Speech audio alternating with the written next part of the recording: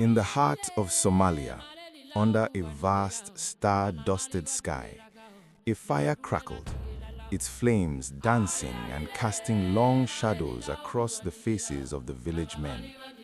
They sat in a solemn circle, listening to their warrior poet, Caliph Adan. His voice, deep and commanding, resonated through the quiet night. "Bring me the flesh of an animal," he declared, his gaze sweeping over the gathered men. "The flesh that represents both violence and peace. Tomorrow, I will know who among you truly understands the soul of our people." A wave of murmurs rippled through the crowd. The men exchanged confused glances, the air thick with suspense and uncertainty. What could he possibly mean? What flesh could embody two such opposing forces? The riddle echoed in every home, including that of Farah, a village elder. He paced his small hut, his brow furrowed with worry, his family watching him in silence. "What flesh could mean both war and peace?" he muttered, his voice strained with confusion. The puzzle seemed impossible, a paradox wrapped in mystery. His sons offered suggestions, but none felt right. It was then that his daughter, Samira, spoke. At 17, she was sharp-eyed and possessed a quiet, unshakable calm.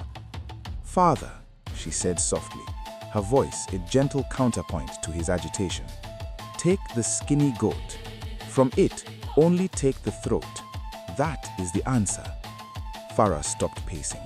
He looked at his daughter, his expression a mixture of doubt and curiosity. The throat of a skinny goat? It seemed a meager and strange offering.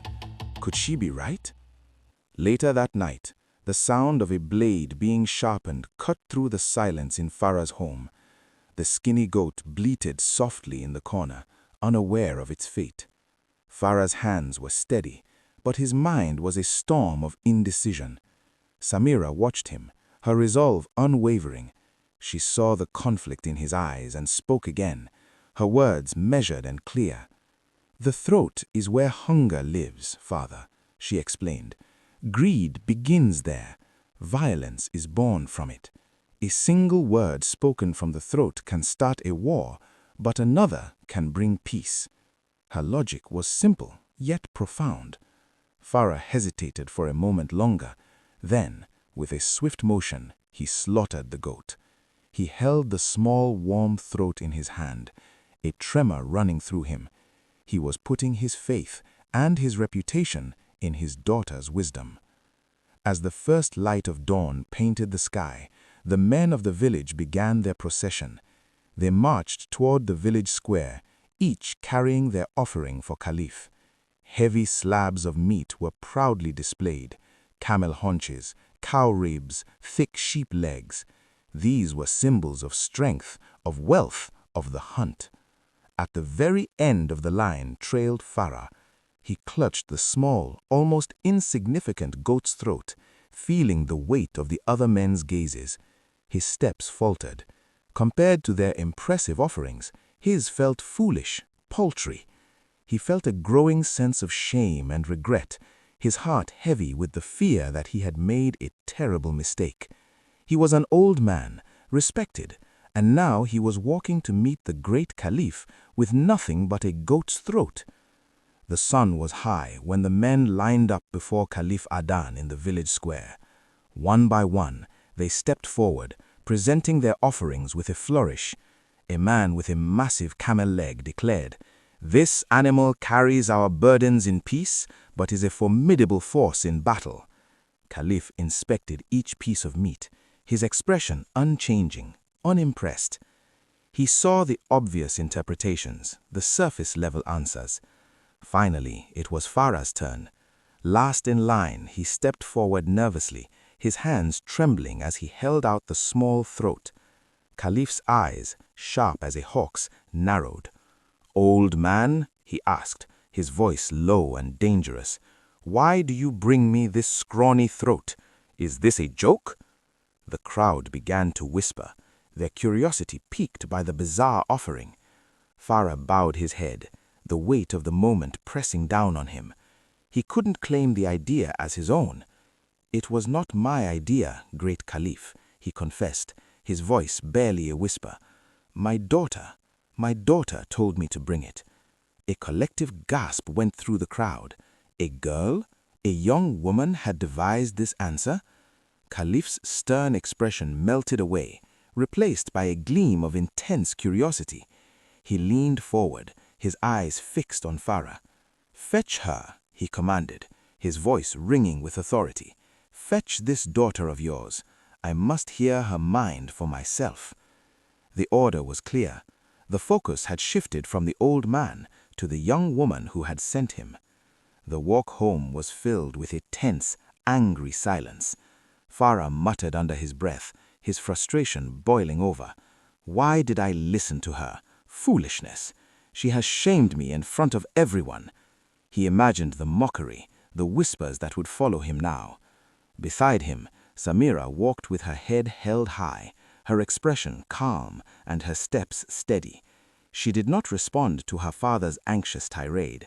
She knew the truth of her answer, and she was not afraid to face the warrior poet. Her silence was not of fear, but of patience. She understood that wisdom often looks like foolishness to those who do not yet see the deeper truth. She would wait, and she would let her reasoning speak for itself. Back in the village square, the afternoon sun cast a warm glow. The fire had been stoked again, its flames reaching for the sky. Samira stood before Caliph Adan, the entire village watching, their hushed anticipation hanging in the air. She met his powerful gaze without flinching. Caliph raised the goat's throat high for all to see. "This," he announced, his voice booming across the square, "this is the flesh I sought." He turned his gaze to Samira, then back to the crowd.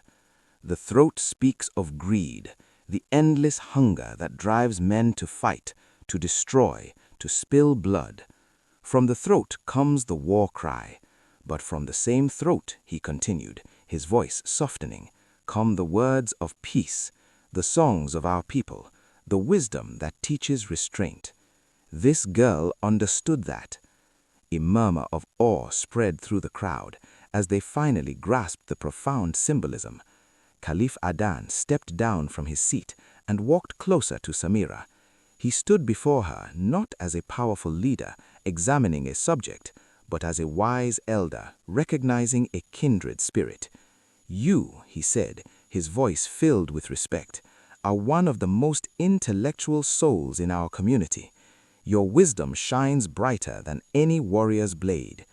He saw in her not just a clever answer to a riddle, but a mind capable of deep understanding, a mind that could lead their people with foresight and compassion. Samira lowered her gaze, a gesture of humility, but her posture remained strong and assured. She had not sought glory, only to share the truth as she saw it. As the sun began to set, casting a golden-orange light over the village, the fire burned low, its embers glowing like jewels. Caliph Adan addressed his people one last time. "From this day forward," he proclaimed, his voice echoing with historical weight, "she shall be known as Samira the intellectual girl. Her wisdom will be a light to guide us. Remember this, strength may win battles, but it is wisdom that prevents them." A great cheer erupted from the villagers. They celebrated not a warrior, but a thinker. They celebrated a young woman whose insight had proven more powerful than any weapon. In the fading light, Samira's face glowed, a symbol of a new kind of strength for her people, a legacy of wisdom just beginning. Thank you so much for watching this story of wisdom and insight. If you were inspired by Samira's story, please give this video a thumbs up and share it with someone who appreciates the power of a sharp mind. Don't forget to subscribe to our channel for more stories that celebrate culture, history, and the incredible people who shape it. We'd love to hear your thoughts in the comments below. Until next time, stay curious and keep learning.